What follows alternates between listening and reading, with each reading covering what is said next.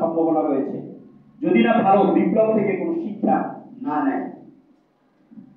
তিস্তা নদী নিয়ে পুরানো উত্তেজনা এবং সীমান্ত হত্যাকাণ্ড কূটনৈতিকভাবে মোকাবেলা না করলে তীব্রতা ক্রমান্বয়ে বৃদ্ধি পেতে পারে। অতীতে নেয় ভারত বাংলাদেশের জাতীয় নির্বাচন এবং বিভিন্ন দলকে তাদের স্বার্থে প্রভাবিত করার চেষ্টা অব্যাহত রাখতে পারে। চীনের সাথে বাংলাদেশের ভূ রাজনৈতিক সম্পর্ক।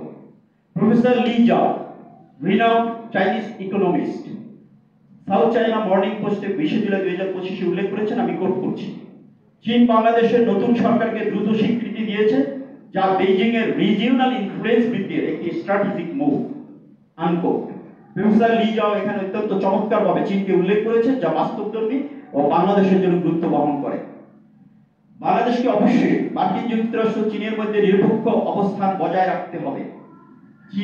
চীনে অবকাঠামোগত বিনিয়োগ যেমন পদ্মা সেতু, পায়রা বন্দর, বেল্ট অ্যান্ড রোড ইনিশিয়েটিভ প্রকল্প ইত্যাদি থেকে উপকৃত হতে হবে এবং একই সাথে যুক্তরাষ্ট্রের সাথে প্রতিরক্ষা সম্পর্ক বজায় রাখতে হবে।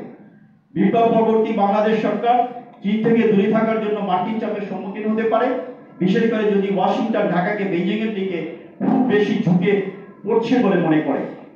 চীন আরো শক্তিশালী সামরিক ও অর্থনৈতিক সম্পর্ক স্থাপনের জন্য বাংলাদেশকে চাপ দিতে পারে, সম্ভবত আরো ঋণ বিনিয়োগের প্রস্তাব দিতে পারে, কিন্তু বাংলাদেশ যদি চীনের সাথে প্রতিরক্ষা সহযোগিতা আরো গভীর করে তাহলে এটি মার্কিন নিষেধাজ্ঞায় পড়তে পারে।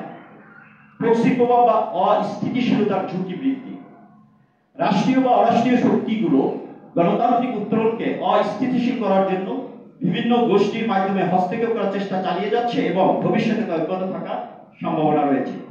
এই সকল চ্যালেঞ্জ কাটিয়ে উঠতে বাংলাদেশকে অবশ্যই যা করতে হবে, জোটগুলোকে বৈচিত্র্যময় করা, যেমন তুরস্ক, জাপান, আসিয়ান, আভ্যন্তরীণ নিরাপত্তা এবং সাইবার প্রতিরক্ষা শক্তিশালীকরণ, জোট নিরপেক্ষ কিন্তু কৌশলগত পররাষ্ট্র নীতি অনুসরণ করা। অর্থনৈতিক চ্যালেঞ্জ। 2024 সালের জুলাই বিপ্লবের পর বাংলাদেশ তার প্রতিবেশী রাষ্ট্রগুলো বিশেষ করে ভারত এবং চীন থেকে বেশ কয়েকটি অর্থনৈতিক চ্যালেঞ্জের সম্মুখীন হচ্ছে। যেহেতু পূর্ববর্তী সরকারের সাথে উভয় দেশেরই শক্তিশালী অর্থনৈতিক সম্পর্ক ছিল। ভারতের সাথে অর্থনৈতিক চাপ। ভারতে বাংলাদেশের রপ্তানি বিশেষ করে পোশাক এবং পাট স্থলবন্দরগুলিতে অসংখ্য বাধা বা বিলম্বের সম্মুখীন হতে পারে। সংবেদনশীল সময়ে ভারত কাঁচা তুলা বা খাদ্যশস্যের মতো প্রয়োজনীয় পণ্য আমদানি সীমিত করতে পারে। বাংলাদেশকে ভারতের উপর নির্ভরতা কমাতে হবে এবং বিকল্প পন্থা বের করতে হবে। তিস্তা নদীর পানি বন্টন এখনো অমীমাংসিত। ভারত সহযোগিতা বিলম্বিত করতে পারে, যার ফলে বাংলাদেশের উত্তরাঞ্চলে সেচ ও কৃষি ক্ষেত্র আরো বেশি ক্ষতিগ্রস্ত হতে পারে। ভারত বাংলাদেশের কিছু অংশে বিদ্যুৎ সরবরাহ করে 1100 মেগাওয়াটের কিছু বেশি। ভবিষ্যতের চুক্তিগুলো রাজনৈতিক পরিস্থিতি বা বাধার সম্মুখীন হতে পারে। সীমান্ত বাণিজ্য ও পরিবহন। ভারত শুল্ক প্রক্রিয়া কঠোর করতে পারে অথবা আন্তঃসীমান্ত পরিবহন ধীর করে দিতে পারে, যার ফলে সীমান্ত অঞ্চলে ক্ষুদ্র মাঝারি বাংলাদেশি ব্যবসা ক্ষতিগ্রস্ত হতে পারে। চীনের সাথে বাংলাদেশের অর্থনৈতিক চাপ। বাংলাদেশ চীনের কাছে $4 বিলিয়ন বেশি ঋণী। নতুন সরকার ঋণ স্থায়িত্বের উদ্বেগের সম্মুখীন হতে পারে। বাণিজ্য ও বিনিয়োগ ঝুঁকি। বাংলাদেশের রপ্তানি 71%-এরও বেশি যায় মার্কিন যুক্তরাষ্ট্র এবং ইইউতে।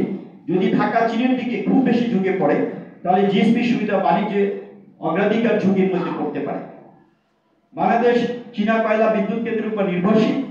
চীনের কয়লা ভিত্তিক বিনিয়োগের বিরুদ্ধে মার্কিন যুক্তরাষ্ট্রের ক্লিন এনার্জি এর উপরে চাপ দিতে পারে। সম্মানিত সুধী, এখন আমরা দেখব নিরাপত্তা চ্যালেঞ্জ সমূহ।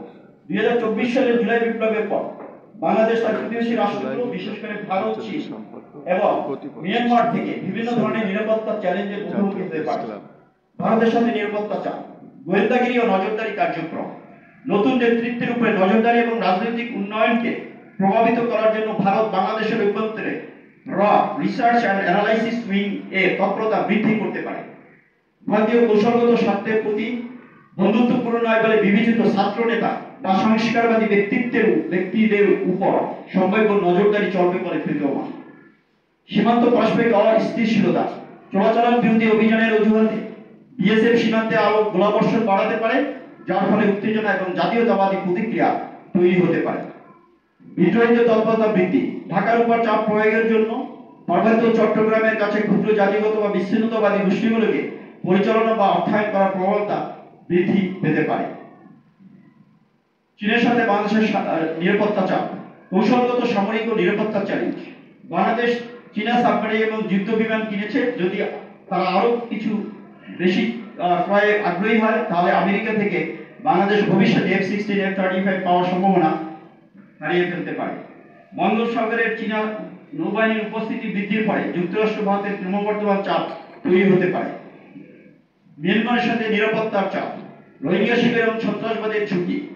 কক্সবাজারের শরণার্থী শিবিরগুলোতে সশস্ত্র গোষ্ঠী বা পাচারকারীদের অনুপ্রবেশের সম্ভাবনা রয়েছে, যা অস্থিতিশীলতার সৃষ্টি করতে পারে। মিয়ানমারের সামরিক বাহিনী নাইখানছড়ি টেকনাফ বেল্টে যে কোনো সীমান্ত ঘটনা ঘটাতে পারে। বাস্তুচ্যুত রোহিঙ্গা এবং অন্যান্য ক্ষতিগ্রস্ত সম্প্রদায়ের কাছে ত্রাণ পৌঁছে দেওয়ার জন্য বাংলাদেশ থেকে মিয়ানমারের রাখাইন রাজ্যে একটি মানবিক করিডোর প্রস্তাব এসেছে। তবে বিদেশি হস্তক্ষেপের ভয়ে মিয়ানমারের সামরিক জান্তা এই ধরনের পদক্ষেপ গ্রহণে বাধা দিয়েছে। নিরাপদ প্রত্যাবাসন এবং সাহায্যের সুযোগ দেওয়ার জন্য মিয়ানমারকে চাপ দেওয়ার জন্য বাংলাদেশ আন্তর্জাতিক সমর্থন, বিশেষ করে চীন এবং আসিয়ান দেশসমূহের সাহায্য চেয়েছে, কিন্তু অগ্রগতি এখনো সন্তোষজনক নয়।